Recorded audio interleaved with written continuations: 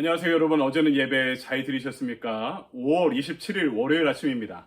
오늘도 새로운 하루, 새로운 한 주를 시작하면서 우리에게 허락하신 하루 한 말씀을 함께 묵상하며 하루를 시작하려고 합니다. 오늘 우리에게 주신 말씀은 빌립보서 2장 12절입니다. 제가 봉독해 올리겠습니다. 그러므로 나의 사랑하는 자들아, 너희가 나 있을 때뿐 아니라 더욱 지금 나 없을 때에도 항상 복종하여 두렵고 떨림으로 너희 구원을 이루라. 아멘. 주님의 말씀입니다. 이 아침에 우리에게 주신 말씀 가지고 두렵고 떨리는 마음으로 구원을 이루라 라는 제목으로 말씀을 증거하도록 하겠습니다. 현재 미국의 대학 중에 여러분 노벨상 수상자를 가장 많이 배출한 학교는 우리가 알고 있는 아이비리그의 하버드나 예일 같은 학교가 아닙니다. 미국 북부 지역의 명문 학교인 시카고 대학이죠. 시카고 유니버시티인데요. 이 학교는 미국의 타 대학에 비해서 순수 학문에 대한 비중이 매우 높은 학교이기도 합니다. 박사 과정의 경우에 1년에 2학기가 아니라 4학기 쿼터제로 진행되는데 이 쿼터제의 압박은 상상을 초월한다고 합니다. 여기서 박사학위만 취득하면은 미국의 유수의 대학에 스카우트대에서 교수 활동을 할 수 있을 정도로 이 학교의 퀄리티는 매우 뛰어난 학교다라고 알려져 있습니다. 여러분, 그런데 원래 이 시카고 대학은 미국의 다른 명문 학교에 비해서 매우 역사가 짧은 학교 중에 하나였습니다. 그래서 학생들의 자존감과 취업률이 매우 낮은 학교 중에 하나였는데요. 그런데 이 대학이 세계적인 대학으로 이렇게 발돋움할 수 있었던 데에는 제5대 총장으로 취임한 로버트 허친스라는 분이 시카고 플랜이라는 교육 정책을 추진하면서부터였다고 합니다. 여러분, 이 시카고 플랜이 뭐냐면은 철학 고전을 비롯해 세계의 위대한 고전 100권을 달달 이렇게 외울 수 있을 정도로 읽지 않은 학생은 졸업을 시키지 않는 그런 교육 계획이었습니다. 일종의 시카고 대학 고유의 교육 정책이자 고전 독서 교육의 일환이다라고 할 수 있습니다. 이 과정을 통해 미국에서 잘 알려지지 않았던 지방대에 불과한 시카고 대학은요, 학생들이 울며 겨자 먹기 식으로 진행한 이 시카고 플랜을 통해서 학생들이 변화되기 시작합니다. 100권의 고전을 읽어가는 동안 학생들의 두뇌가 초특급 두뇌로 변화되게 되었던 거죠. 그리고 무엇보다 중요한 것은 이 고전들을 읽으면서 사상적으로 또 그 활동에 있어서 내가 누구를 본받아야 되겠다라는 인생의 롤 모델들을 발견하기 시작한 것입니다. 여러분, 그렇지 않을까요? 100권이나 되는 이 고전을, 아주 중요한 동서양의 고전을 읽으면서 대학을 졸업했다면 그럴 만한 사람으로 성장할 수 있었다는 것이 충분히 이해되는 지점이 있습니다. 여러분, 평생 누군가를 본받고 싶다라는 열망을 품으면 진짜 그 동기부여로 사람들이 변화되어 갈 수 있을 줄 믿습니다. 그런데 우리가 예수님과의 깊은 만남과 교제권 가운데 그분을 닮고 싶다 하는 열망을 품으면 우리의 인생이 얼마나 변화될까요? 그런데 그냥 예수님을 만나는 것이 아니라 오늘 말씀의 바울은 두렵고 떨리는 마음으로 그 만남의 길에 서라고 이야기합니다. 이를 위해 필요한 것이 있죠. 여러분, 우리가 그리스도를 만나고 그분과 교제하고 그분을 닮아가는 것은 성령님의 고유의 사역이 분명합니다. 고린도후서 3장 18절을 제가 새 번역 성경으로 읽어보겠습니다. 우리는 모두 너울을 벗어버리고 주님의 영광을 바라봅니다. 이렇게 해서 우리는 주님과 같은 모습으로 변화하여 점점 더 큰 영광에 이르게 됩니다. 이것은 영이신 주님께서 하시는 일입니다. 영이신 주님께서, 거룩한 영, 성령께서 하시는 일이다. 우리는 어느 때가 되면은 이 서로 가로막고 있는 너울을 벗어버리고 1대1로 직접적으로 주님의 영광을 바라보고 주님과 교제하게 될 때가 올 것이다.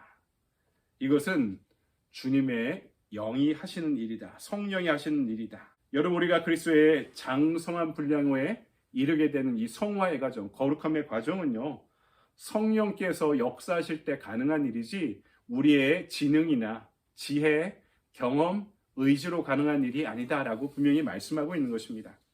우리가 보통 성령의 힘 그러면 어떤 초자연적인 기적적인 사건들을 생각하는데요. 여러분, 꼭 그렇지만은 않습니다. 어쩌면 우리가 예수를 닮아가는 이 성화의 과정은 평생 누구도 모르게, 나 자신도 모르게 서서히 점차적으로 진행되어 가는 과정이라고 말하는 것이 정확할 것입니다. 이것을 다른 말로 성화의 길, 거룩함을 향한 길이다라고 표현하기도 합니다.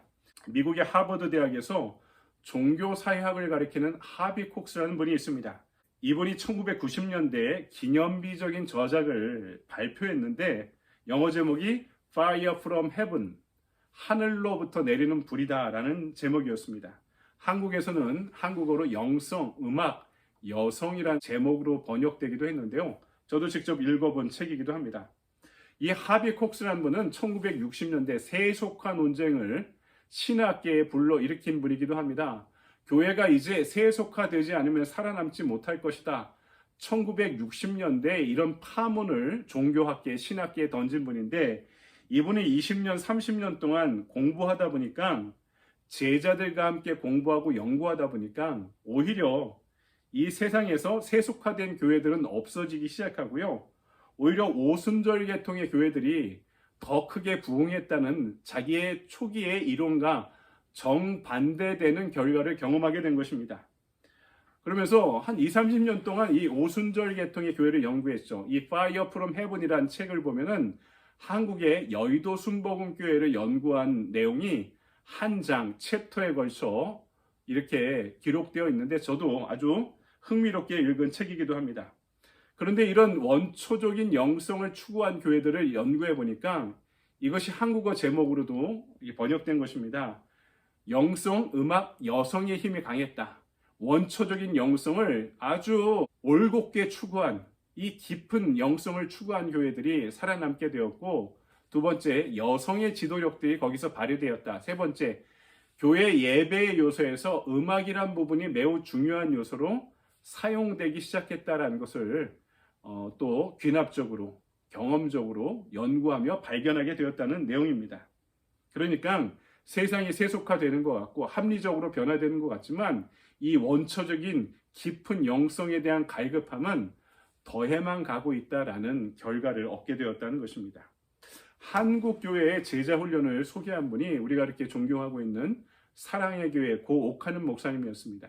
근데 이 옥하는 목사님이 말씀 운동을 하면서 본인의 약점이 성령 운동에 있다라는 것을 발견하게 되었습니다. 장로교는 말씀 운동이 강한데 말씀 훈련이 강한 거에 비해서 성령의 운동, 성령의 훈련들이 약하다라고 평가한 것이죠.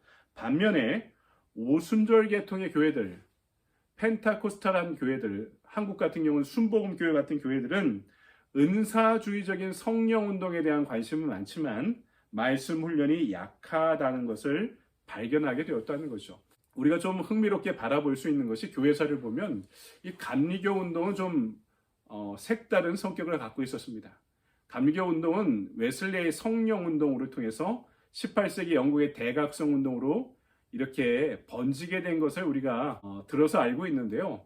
이 웨슬리 운동은 강력한 말씀 운동과 회개 운동이 성령 운동으로 발전한 경우입니다. 그러니까 이 장로교에서 강조하는 말씀 훈련, 오순절에서 강조하는 성령 운동이 통합적으로 이루어졌던 일종의 영적 대각성 운동이 18세기 초기에 영국에서 일어난 웨슬리의 대각성 운동, 감리교 운동이었다는 점을 우리가 기억해야 될 것입니다. 오늘 우리의 교회는 이 말씀 훈련과 성령 운동을 통합해야 됩니다. 말씀 훈련을 하면 성령께서 우리를 인도하시는 그 말씀에 순종해야 됩니다. 하나님께서 우리가 먼저 행동하기를 기다리십니다.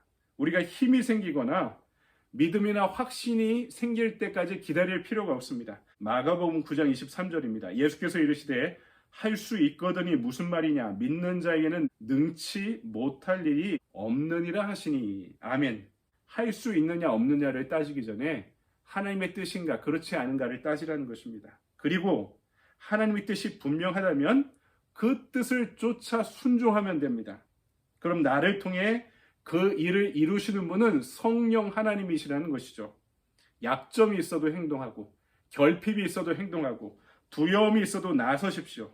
이것이 성령과 협력하고 우리가 그리스도를 닮은 꼴로 성장할 수 있는 방법이기 때문입니다. 성령께서 예수의 마음을 품게 하실 때 주님이 좋아하는 것을 내가 좋아하게 만드시고 주님이 싫어하는 것을 내가 싫어하게 만드시고 주님의 시선이 있는 곳에 나의 시선을 옮겨주게 만드시면서 내가 주님을 닮고 주님의 일을 하게 인도하시는 분이 성령 하나님이시라는 것이죠.